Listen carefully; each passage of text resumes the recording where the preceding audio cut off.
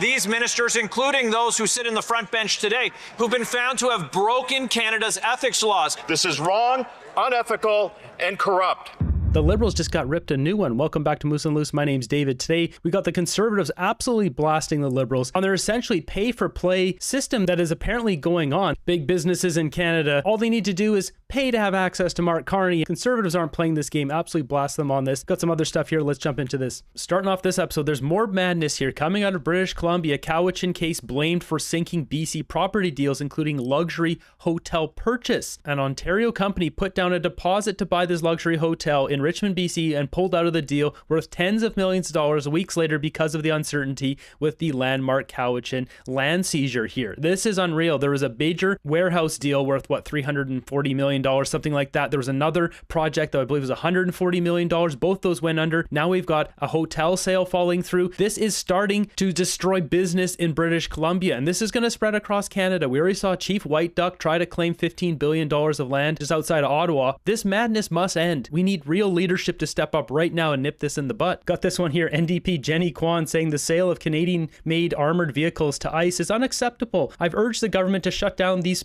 export loopholes, and I welcome Lloyd Axworthy's call echoing this demand. Canada's foreign policy must reflect our human rights commitments. This is ridiculous. This is a private company that's selling military vehicles to whoever wants to buy them. In this case, it's America. Why would we hurt Canadian companies? This is such a dumb take. They want to buy this? Let them buy it. It creates jobs in Canada. It provides tax dollars to Canada. Why would we stop this? Many people in the comments here agreeing with me. Can you say capitalism? We should have Canadian ICE. We should have Canadian ICE. Have the RCMP go and round up all the terror lords and get them out of our country. You don't hear Jenny Kwan complaining about Mark Carney's crony deal with Dan Goldberg, the CEO of Telesat Lightspeed, just because he knows this guy gets these lucrative contracts. There's no complaints there, but then going after a private company that sells vehicles? What the heck? Moving ahead, Ryan Garrettson doing a comparison here. So 1.9 billion surplus pushes economy back on top of election agenda. When was this? It was when Stephen Harper was in power. September 14th, 2015. Justin Trudeau took over just a month or two after this. 1.9 billion surplus. And what are we at today? 78.3 billion deficit. Just look how far things have fallen. 10 years of Liberal rule and our country's been destroyed. They're not taking into account the debt they've accumulated in the time frame. Yeah, it's even worse because it's the accumulated debt over those 10 years. It is much worse than that. Next up, here's a fun little story. Anti-Semite settlement secret. The Department of Canadian Heritage is invoking privacy and concealing terms of a settlement with an anti-Semitic consultant. Faith Marouf of Montreal was paid $122,000 for a series of anti-R-word lectures before managers discovered he was banned from Twitter for fantasizing about pew-pewing Jews. Unbelievable. Settlement was reached in March. The department wrote in an inquiry of ministry tabled in the Commons. The agreement contains a confidentiality clause that prevents disclosure of details. Well, what is this? The government paid this guy $122,000 for racist hate speeches against Jews in Canada. Like, you just...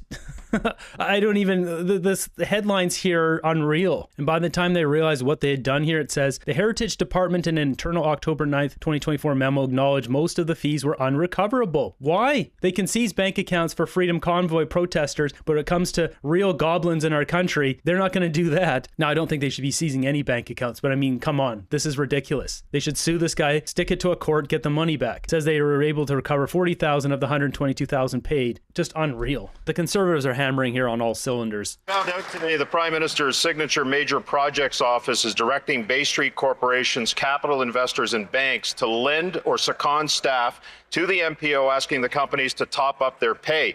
Here's how greasy this is. Banks, energy, mining companies, and Brookfield could end up with employees on the inside of the MPO, giving them the inside track and advice on projects they're working on, while these companies pay their salaries and provide lucrative bonuses. Under this scheme, just to spell this out, the Prime Minister's corporate buddies will be paying to have insiders work at the MPO. How is this ethical? As I mentioned, Carney's bringing in all his A-team. He's bringing his Goldman Sachs buddies. These guys probably had a pact from years ago. They would eventually come back together and milk whatever system they could. In this case, Mark Carney set it up for all his banker buddies. They're going to come in and milk Canada dry. Mr. Speaker, On this side of the House, we want to thank our friend for his excellent conspiracy theory work.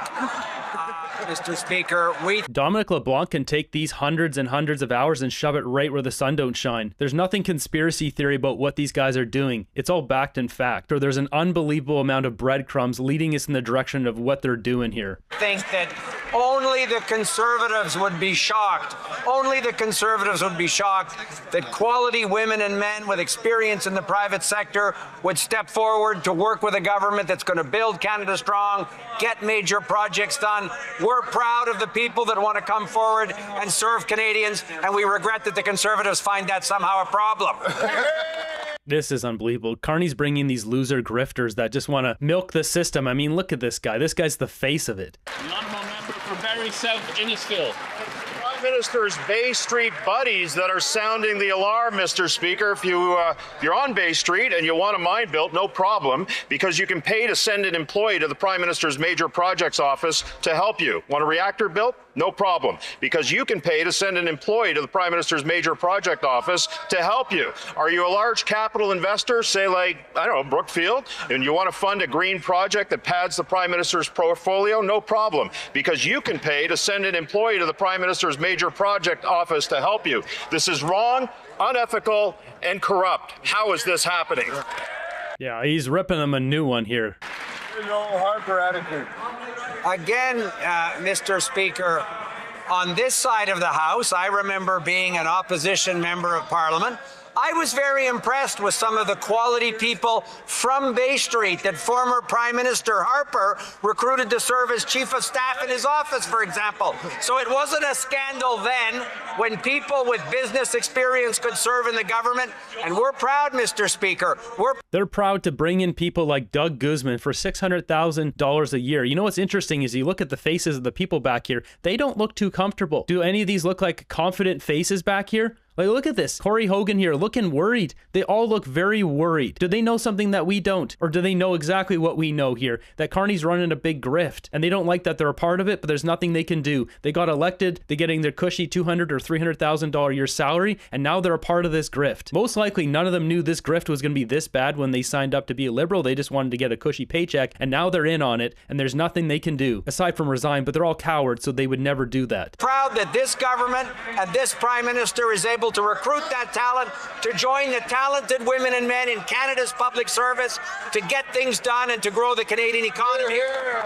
While this Prime Minister and his government are looking to stack their major project office with corporate insiders and then have corporations send money to the major project office, Canadians are lined up at food banks in record numbers. Now, the firms paying those so-called top-ups to government employees are the same ones who are going to benefit from fast-track decisions made by the major project office. Why is it that the only pipeline that they're getting built is one that funnels cash from Bay Street to this Prime Minister's major project office?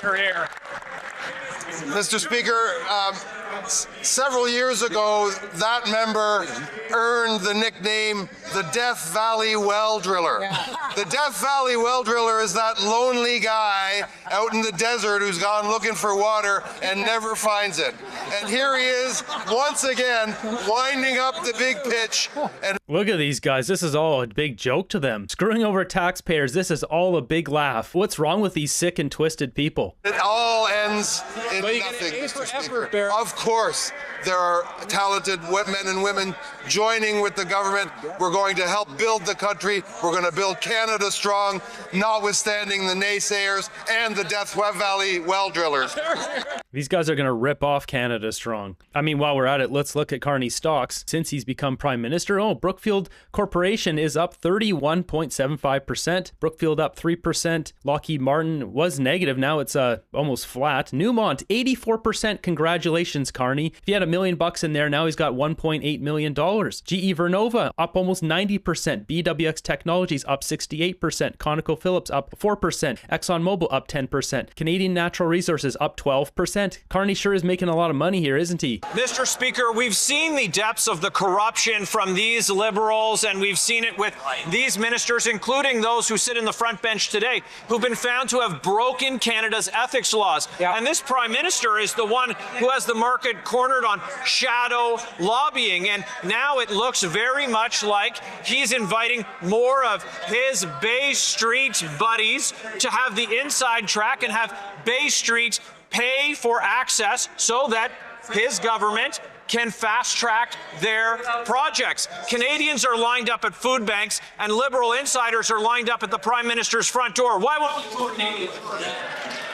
Speaker, it's easy to dream up conspiracies about everything when you've never built anything. When you've never built anything. We should be proud that good, hardworking people from the business community want to come to this government and work to build this country strong.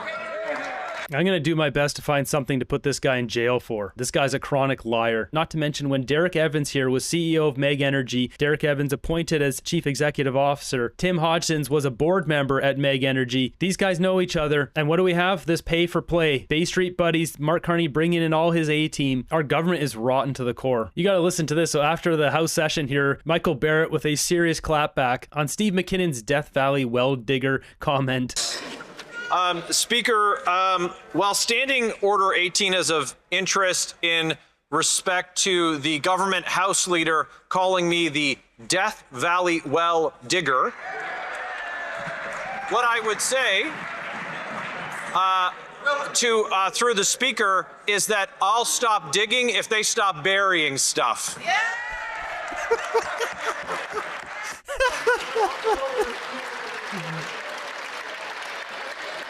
The Honorable Even the Speaker's laughing here. Like, this is such a clown show. These guys are burying conflicts of interest, burying Canadians. I mean, MAID is like third highest source of Canadians perishing in Canada, I believe. Looking up the statistics on this, they don't consider it as a cause of perishing, but if you did put the numbers in there, I believe it's around 15, 16,000 per year. And this has been going up every year. It was 4,000, 7,000, 10,000, 15, 16,000. Roughly, it sits about third or fourth on the list on the top reasons Canadians are perishing. Number one being cancer, number two, heart disease, number three, depending on the numbers, is accidents, unintentional injuries, and then MAID. Disgraceful. Food insecurity has become one of the top issues here in Canada. The cost of living is out of control.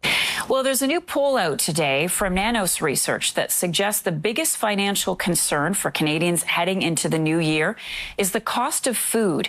Joining me now is Nick Nanos. He's the founder and chief data scientist at Nanos Research. Good morning, Nick. Great to see you as always. So let's talk about the results of this survey. Clearly, people really concerned about their grocery bills. Is this a higher stress point than housing? Yeah, absolutely. It's the highest stress point when we look at the national numbers. In the CTV News Nano survey, when we asked Canadians about their main financial concern going into 2026, groceries was at the very top of the list, ahead of everything else by a country mile at around 43%. Then there was a tie for second place, Marcia, between personal debt and housing costs at around 17%, followed by job security. And here's a little tidbit. 8% of Canadians say, hey, I'm not worried about anything. I have no financial woes. So congratulations if you are in that group, but it is a small number of Canadians who have no worries going into 2026. 8%. Huh, okay. Let's break it down by region, because some areas of the country are feeling it more than others. Absolutely. If we look at regions like the prairies in Atlantic Canada, they're more likely to report that they're concerned about groceries.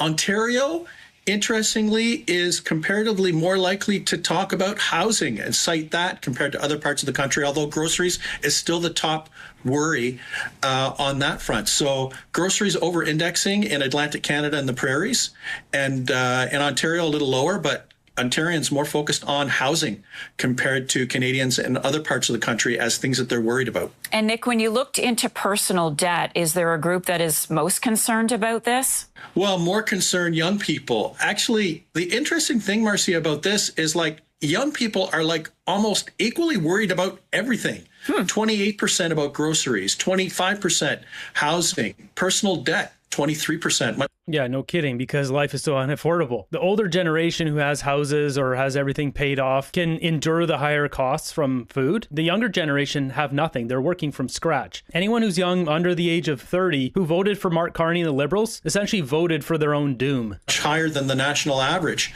The other thing, and this is the real kicker, younger Canadians, those people that are under 35 years of age, are twice as likely to be worried about their job security in 2026. It speaks to the stress that young people are under. And you know what? For middle-aged and older people, it's more likely to be groceries. For young people, Marcia, it's like they're worried about everything, including their job security. Everything. Wow. Nick, do you see this level of financial concern continuing as we head into 2026? Yeah, I think the fact of the matter is with uncertainty in terms of Canada's relationship with the United States, with people worried about the economy heading into the holiday season, I don't think people are going to be too enthusiastic. They're going to be wondering about just paying for food and for basics. And for young people, they're going to be worried about their jobs. So until there's more certainty in the Canada-U.S. relationship, I would expect that this anxiety about the financial concerns and commitments that Canadians have is probably going to continue. Nick Nan. Nothing's going to change until Mark Carney gets thrown out of office. We need to vote this guy out. He promised a win, promised to get a deal by July 21st. Obviously, that came and went. It's December now. 6 months later, he has no intention of getting a deal with Donald Trump. All of his actions, allowing Doug Ford to run that ad, they all point in the direction of he doesn't want a deal. He's invested in America. Why does he need a deal? There's a certain level of suffering here that people must endure. The sheep who voted for Carney must endure before they realize that he's the problem and the solution is to vote for the Conservatives who actually want to fix the problems in Canada. What, you mean climate wasn't at the top of the list? Yeah, no kidding. You know, anytime they even put that on those lists, it's near the bottom. It's not important. We can't affect it. It's just fear-mongering. It's trying to scare people so they can get reelected. Yeah, but probably as censorship and anti-privacy, a man cannot serve two masters. And it is evident that the Liberals have other master than the citizenry. Didn't Carney himself tell us to judge him based on grocery prices? Yeah, he sure did.